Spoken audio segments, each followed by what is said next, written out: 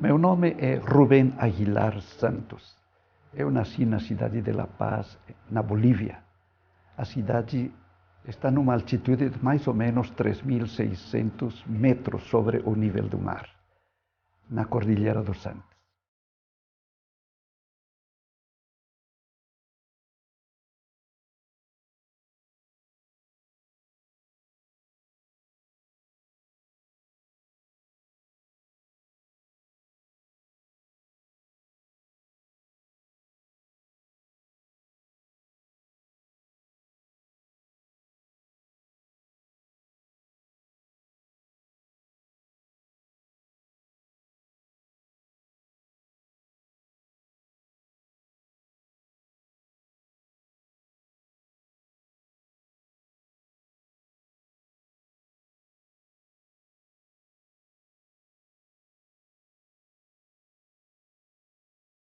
Trabalhei na obra, ainda trabalho mais ou menos 37 anos e mais 8 anos de professor em colégios oficiais na Bolívia. Episódio de hoje: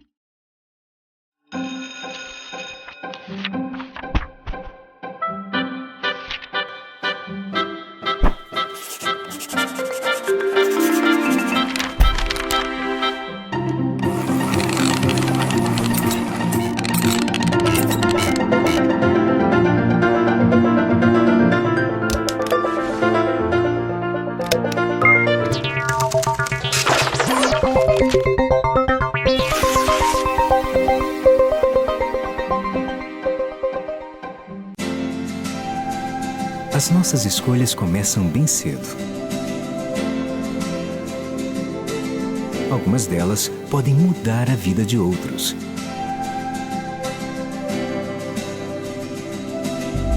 E outras podem mudar nosso próprio mundo. Por isto, é preciso segurança para escolher. Aqui você descobre a importância de fazer boas escolhas e de ter os melhores conselheiros. A boa educação ajuda você a escolher certo e errar menos. E é nesta escolha que você precisa acertar. Educação Adventista, sua melhor escolha.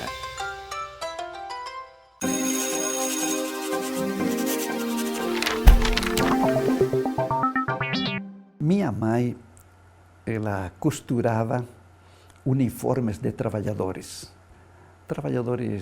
mecânicos, chamávamos overall, essa palavra inglesa que prevalecia lá, uniforme, macacão. E meu pai comercializava sempre alguns objetos, comercializou pneus, comercializou borrachas, e transportes. Então,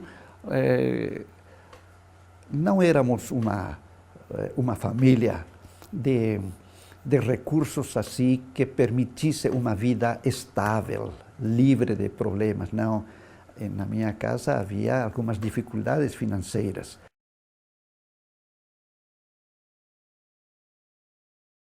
A minha educação foi feita num colégio jesuíta.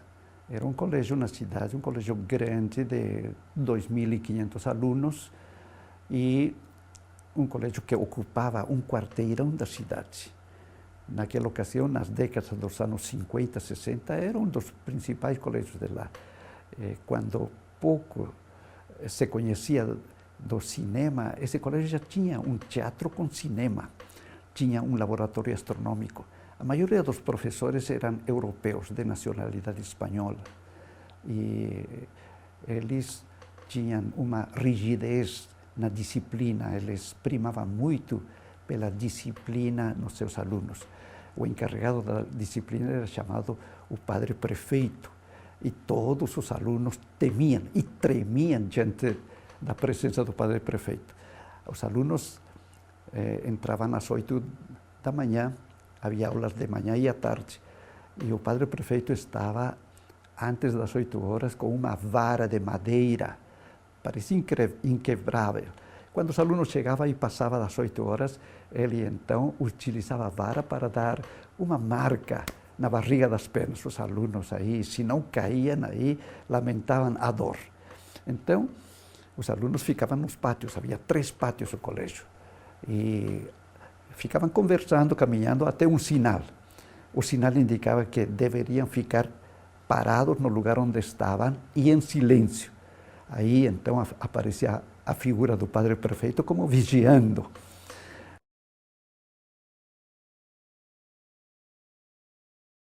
Eu vivi na Bolívia mais ou menos 16 anos.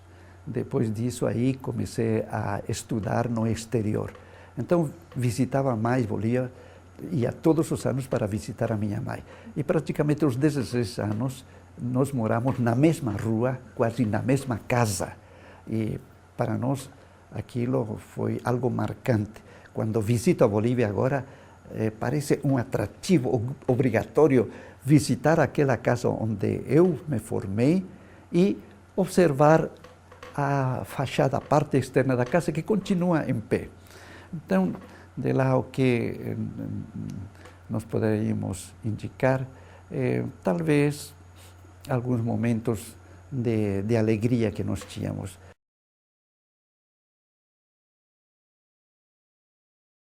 Deus tem vários métodos para fazer ver às pessoas a necessidade de mudar de procedimento, de vida, de conhecer as promessas verdadeiras de salvação. Para alguns são momentos agradáveis, para outros são momentos trágicos.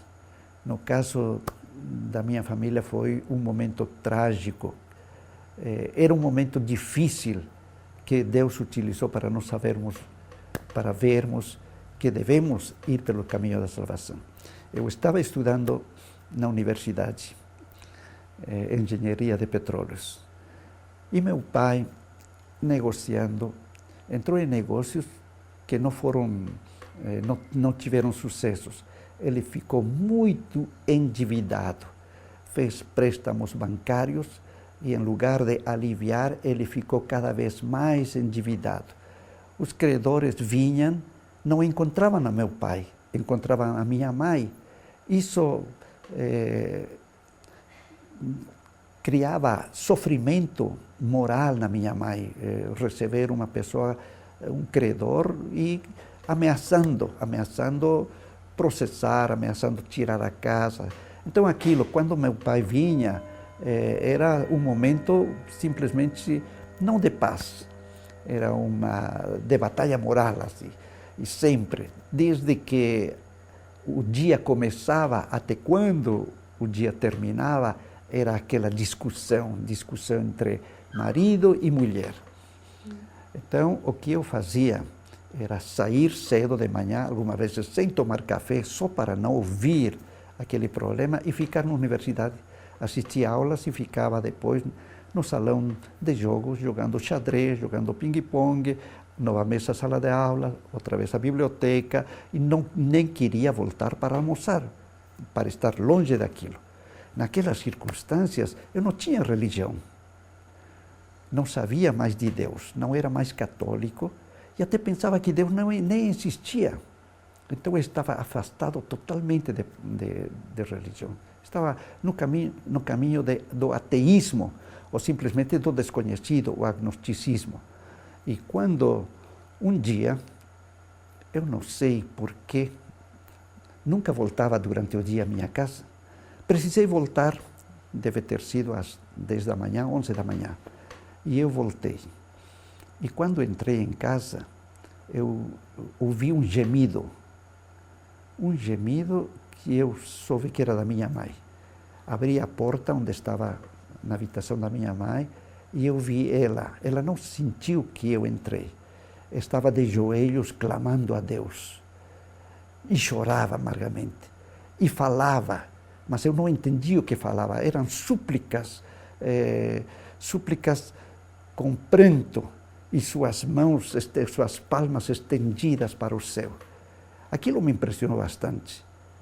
Como uma pessoa pode, ao desconhecido, aquilo que não vê, clamar por ajuda. Era a aflição da minha mãe por não suportar mais as dívidas. Então, eu fiquei pensando, por que minha mãe faz isso? Existe Deus? E quando me veio em mente a dúvida da existência de Deus, eu optei por ler uma Bíblia. Havia uma Bíblia em casa que ninguém abria. Ao tomar essa Bíblia, abri a página e a primeira coisa que eu li estava em Êxodo. Dizia: lembra-te do dia sábado para o santificar. Naquela ocasião, nos anos 60, início dos anos 60, os ciclos de conferência eram feitos através de rádio. E havia um pastor adventista, o nome dele era Talbot Zavala, e ele fazia as conferências por rádio. Por alguma circunstância, naqueles momentos de aflição e tragédia, nós desejando algumas palavras de consolação, conforto, de ânimo, a minha mãe ligava o rádio e ouvia aquelas palavras. Então, isso nos estimulou muito mais. E quando eu vi sobre o dia sábado, eu disse: gostaria de assistir a uma reunião religiosa no dia sábado. Eu tinha um tio, irmão da minha mãe, que já se converteu à igreja adventista. E nessa semana ele veio. No último dia da semana, depois do almoço, era um dia sábado, e ele me disse: Rubem, você não quer assistir a um programa de jovens? Você gosta de temas científicos, temas sociais, temas filosóficos? Você vai ver como os jovens tratam esse assunto. Era uma reunião na igreja adventista, uma reunião de jovens. Aquilo eu desejava, não precisava insistir, dizer: eu quero ir. Foi o primeiro sábado, e depois, os seguintes sábados, eu continuei indo de manhã e à tarde.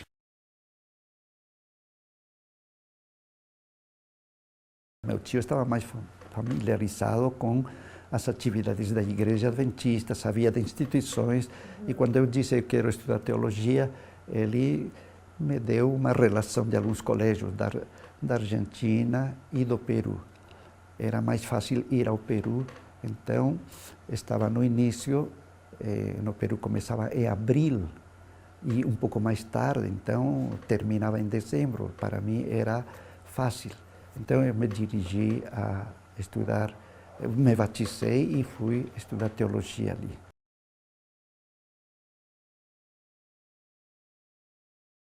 Mas quantas bênçãos me trouxe estudar num colégio adventista.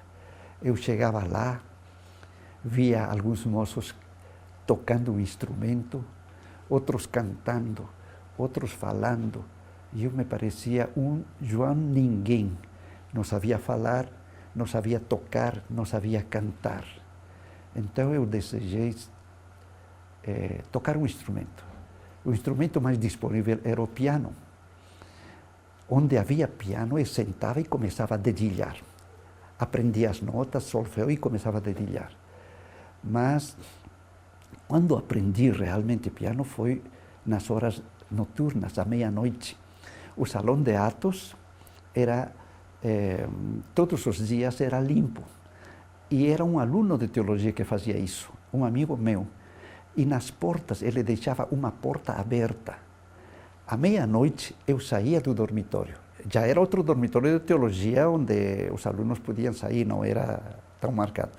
Eu saía à meia-noite, o meu organismo se adaptou a esse regime.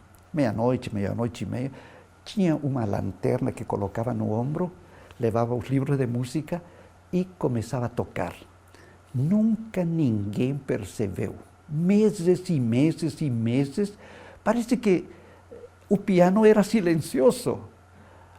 O som do piano é audível a muitos metros, mas nunca ninguém me disse: olha, você está errado em fazer isso.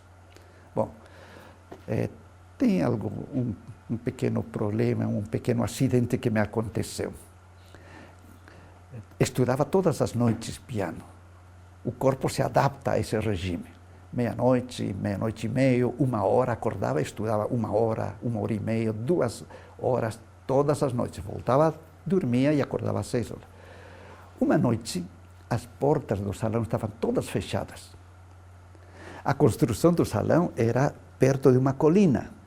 Havia uma porta lateral uma trilha na colina, uma porta lateral perto do cenário, para alguns eventos aí entrarem por essa porta lateral. Mas acima dessa porta lateral havia outra em cima, para colocar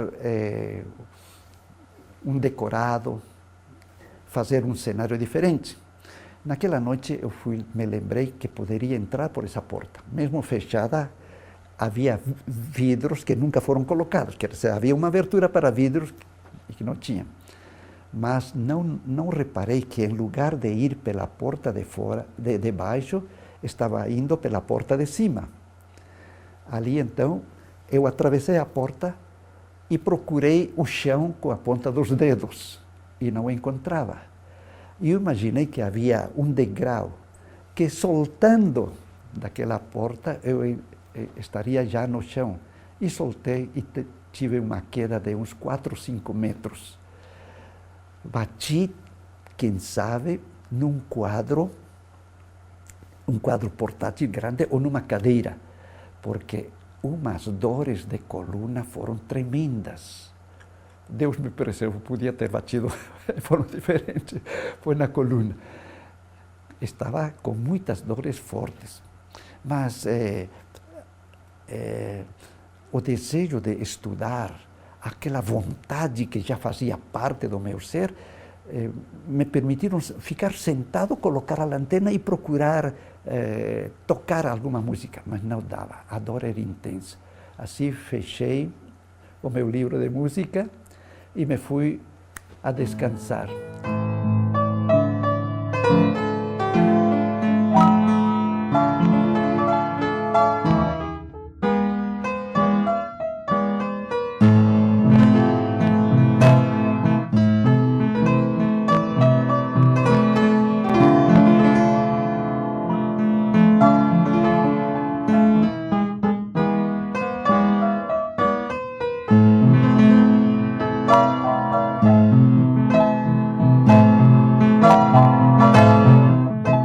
Desde que comecei a estudar no Colégio Adventista, aquele desejo de ser um intérprete da música cresceu bastante no meu ser. Eu queria tocar um instrumento. Então, aprendi violino, não toco mais violino, aprendi a tocar piano, toco algumas músicas ainda. Eu tinha um colega que estudava teologia, que era um exímio mestre em violão, tocava violão. E ele tinha 2 instrumentos no quarto. Quando ele tocava, eu pegava outro instrumento e procurava imitar, até tocar algumas músicas no violão. Mas isso era simplesmente recreativo, não era um ideal como se eu estivesse vocacionado para ser um músico, não. Eu queria ser um pastor. Mas depois, como comecei a linha de professor, eu queria ser um professor.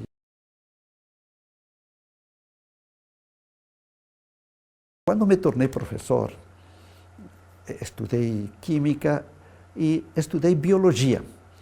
No ano 74, o Instituto Adventista Cruzeiro do Sul, o IACS, precisava de um professor de biologia. Eu estava na Bolívia e eles me chamaram para ocupar esse cargo, professor de biologia. Cheguei ao IACS, então, veja como eu comecei as minhas aulas. Eu disse para os alunos, nós usaremos um caderno. As provas serão estas aqui. Então, prova marcada é dia de fazer a prova. Mesmo com dor de dente ou uma ferida, você deve fazer esse dia. E caderno apresentado em dia deve ser da data marcada.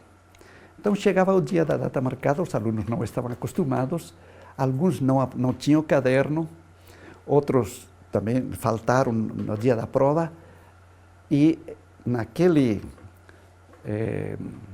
diremos assim, naquele padrão de avaliação, eu dava 0 friamente. Quem não fez a prova ou quem não apresentou caderno. Era o 2º, 3º, 4º período. Se me apresentasse o caderno no 5º período, eu não aceitava essa rigidez. No início, os alunos ficaram estranhando, mas depois, na adolescência, eles compreenderam que assim deve ser.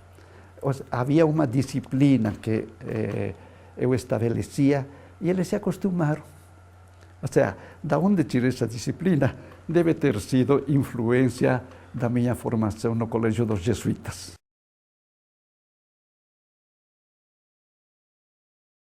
Desde a minha conversão, eu queria ser um pastor, mas talvez os dons ou a vocação que Deus reservou para a minha pessoa é a de ser professor. E como me sinto bem como professor. Eu tenho a alegria de estar em contato com os alunos e eu sou sincero em revelar a eles dessa alegria que eu sinto. E então, expresso algumas vezes que quando eu não tiver uma sala de aulas, eu ficarei triste, porque o ambiente de alegria para mim, talvez não terminasse, mas chegaria a diminuir. Como eu sinto alegria e felicidade de estar numa sala de aulas.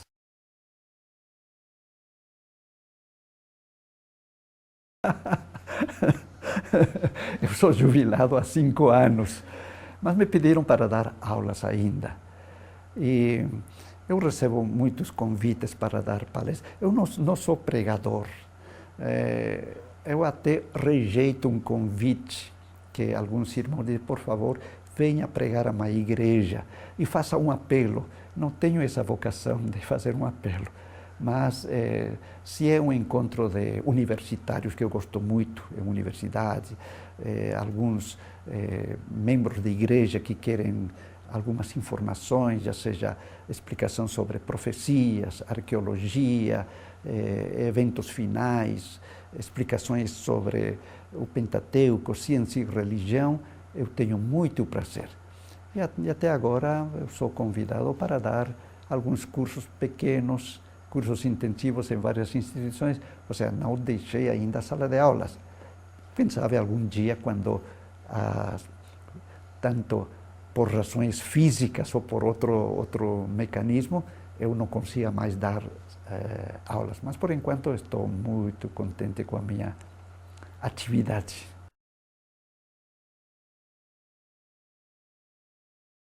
Eu ainda, como professor jubilado, eu tenho sonhos. Eu sou formado em arqueologia. Eu fiz o mestrado em arqueologia na Universidade de Andrews. Já visitei e participei em escavações arqueológicas na Palestina. Visitei também Egito. Visitei a Grécia. Mas tem muitas coisas para visitar em arqueologia bíblica, ou seja, nos países do Oriente Médio. Meu sonho seria visitar aquilo que eu ainda não conheço. É um dos sonhos. Não sei se algum dia serão realidade. Eu já fiz outros sonhos. Com a minha esposa, o ano passado, concretizamos um sonho. Visitar o extremo sul da América do Sul. Chegamos quase até a Antártida, de navio. Passamos o Estreito de Magalhães, Ushuaia, que é o fim do mundo, aquele lugar, e ainda em navio nós recebemos um diploma. Um diploma, diz, como se fosse um valoroso navegante de séculos passados aí por ter passado Ushuaia. É uma realização. Outra das realizações é ver tanto talento aflorar como se fossem sementes de flores aromáticas, os jovens que se formam. Para mim é uma satisfação de ver, já através da televisão, alunos que se destacam em várias áreas. O presidente da divisão foi meu aluno. Que talento para organizar e dirigir todos os membros da divisão sul-americana. O tesoureiro da divisão foi meu aluno. Muitos outros presidentes aí foram meus alunos. Que capacidades, que talento.